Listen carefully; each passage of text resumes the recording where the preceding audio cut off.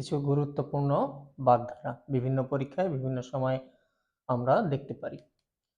অর্ধচন্দ্র, গলা ধাক্কা।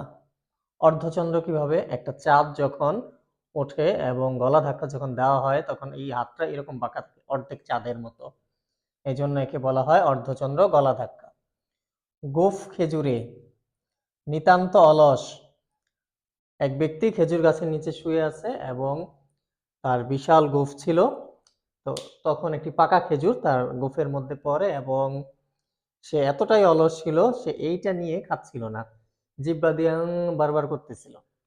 তখন পাশ দিয়ে এক ব্যক্তি যাচ্ছিল এবং তাকে ডেকে বলতেছিল যে, ভাই খেজুরটা একটু আমার মুখে তুলে দিয়ে যাবেন। তাই গোঁফ খেজুরে হচ্ছে নিতান্ত অলস।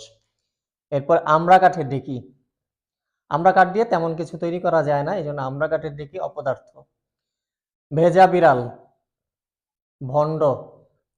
কান কাটা, নির্লজ্জ।